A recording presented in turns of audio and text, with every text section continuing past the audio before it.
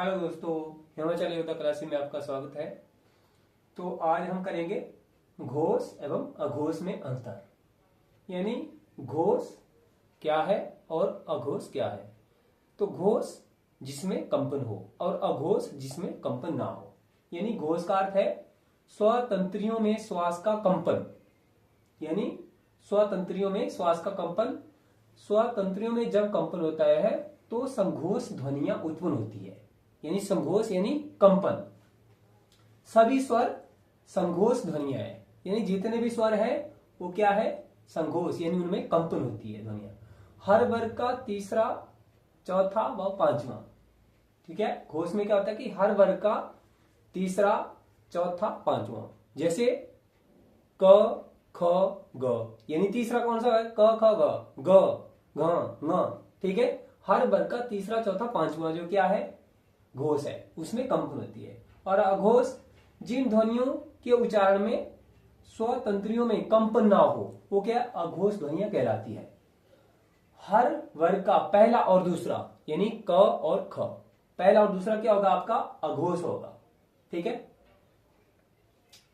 अघोष यानी जिसमें कंपन ना हो और घोष जिसमें कंपन हो।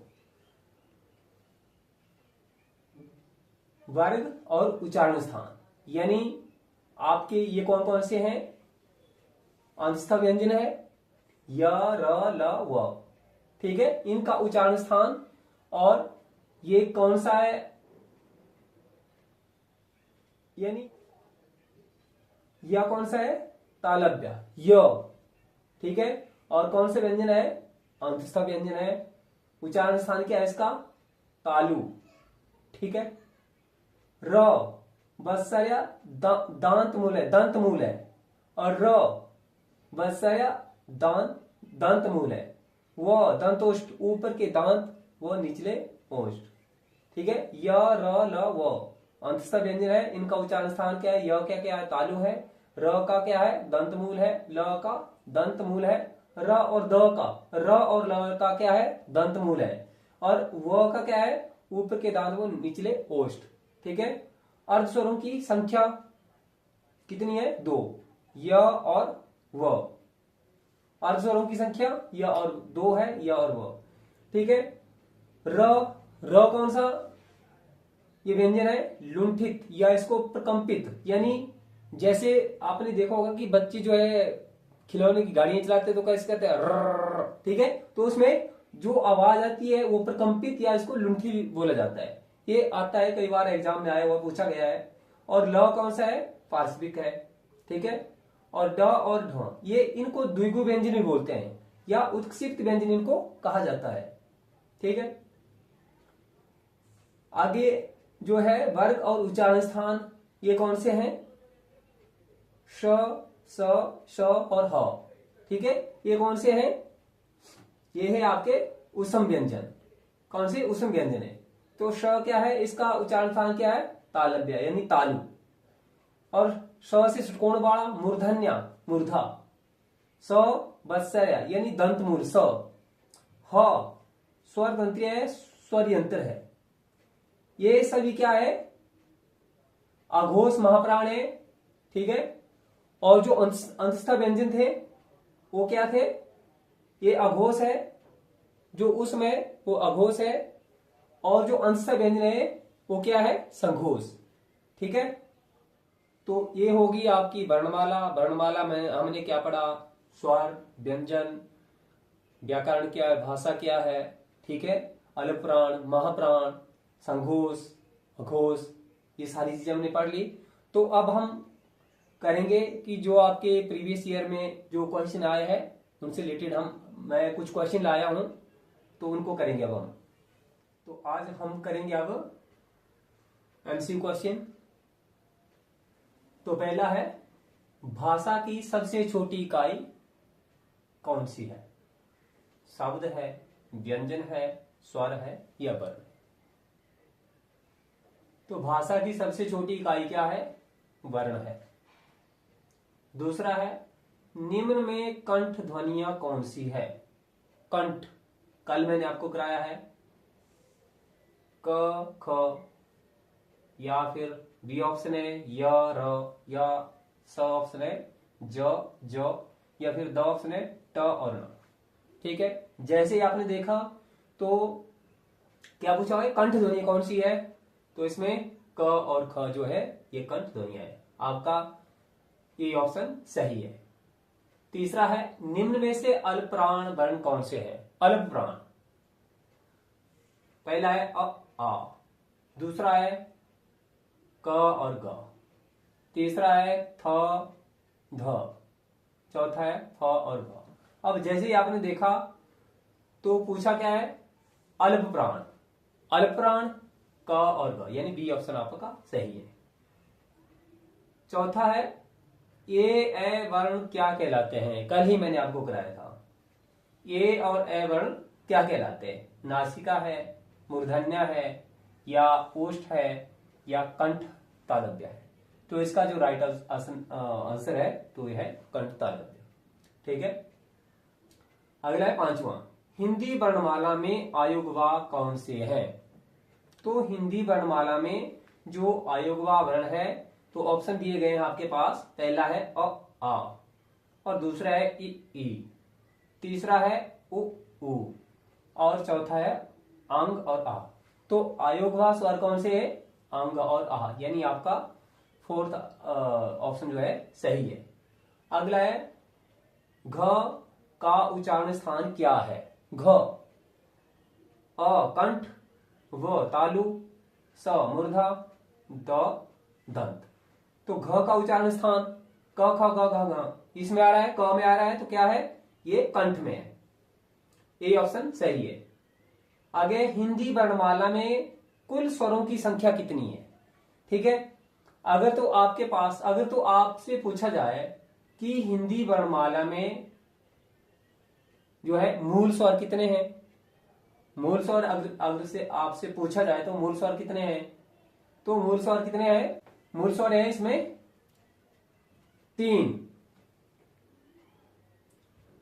ह्रस्व, दीर्घ और प्लुत।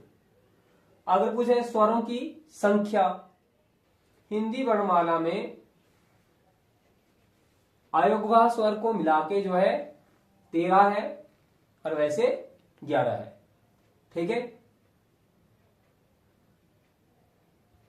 कौन सा, अगला क्वेश्चन है, कौन सा ट वर्ग का नहीं है। ट वर्ग का कौन सा नहीं है। अ है, ठ, व है, ड, स है, न, द है, घ। तो इसका राइट आंसर क्या है, घ। अगला है, स्पर्शी व्यंजनों की संख्या कितनी है। स्पर्शी व्यंजनों की संख्या, पहला है 13, बी ऑप्शन है 20, सी ऑप्शन है 23, और डी ऑप्शन क्या है 25। तो स्पर्शी व्यंजनों की संख्या है 25। प्रत्येक वर्ग में कितने व्यंजन है, 5। पहला व्यंजन कौन सा है, स्पर्शी व्यंजन कौन सा है, क। लास्ट कौन सा है, म।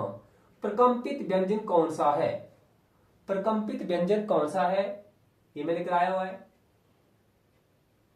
पहला है र, और दूसरा ऑप्शन है ल, तीसरा ऑप्शन है ह, और चौथा ऑप्शन क्या है, व।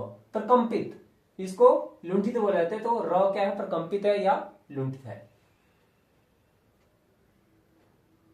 आगे है, वर्णों के समूहों को क्या कहा जाता है। वर्णों के समूहों को क्या जाता है, यानी वर्ण जब उनको जोड़ते हैं तो उनसे क्या बनता है, शब्द बनता है। ठीक है, शब्द के बाद वाक्य बनता है, उपवाक्य फिर वाक्य। ठीक है, तो इसका ऑप्शन क्या है, शब्द है। अगला है, व्यंजनों के कितने भेद, व्यंजनों के कितने भेद हैं, या व्यंजनों के कौन कौन से भेद हैं। व्यंजनों के कितने, लिखने में गलती हो गई है, व्यंजनों के कितने भेद हैं। तो व्यंजनों के भेद कौन कौन से है, पहला क्या, स्पर्श व्यंजन है, अंतस्थ व्यंजन है, ऊष्म व्यंजन है, या उपरोक्त सभी। तो व्यंजनों के 3 भेद हैं, स्पर्श व्यंजन है, अंतस्थ व्यंजन भी है, और ऊष्म व्यंजन भी है। तो यानी उपरोक्त सभी। आगे है, ओम शब्द में कौन सा स्वर है। ठीक है, तो ओम शब्द में कौन सा स्वर है, ओम शब्द में ह्रस्व है, दीर्घ है या प्लुत है या इनमें से कोई नहीं है। तो ओम आवाज लंबी जा रही है, ठीक है, तो इसमें प्लुत स्वर है। आगे है अ का उच्चारण स्थान क्या है? तालु है, कंठ है, दंत है या नासिका है?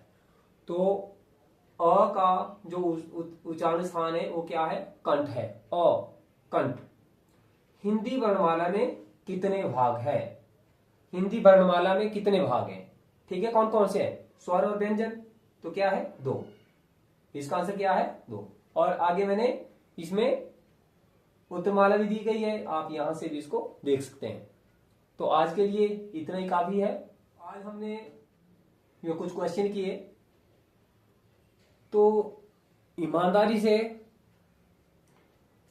परिश्रम करें, मेहनत करें, नींद उड़ानी पड़ती है, ठीक है, रातों रातों को जगना पड़ता है, तब जाके कहीं सफलता मिलती है। समय के साथ चलिए, समय बहुत बलवान है। अगर आप समय की कदर करोगे तो समय आपकी कदर करेगा, ठीक है। अब्दुल कलाम ने कहा है कि अगर हम समय को बर्बाद करते हैं तो समय भी हमें उतना ही बर्बाद करता है। तो हमें समय को बर्बाद नहीं करना है, उसकी वैल्यू को समझना है, उसकी कीमत को समझना है, तभी हमें जो हमारी जो सफलता है, तभी हमें हमारी जो मंजिल है तभी हासिल होगी।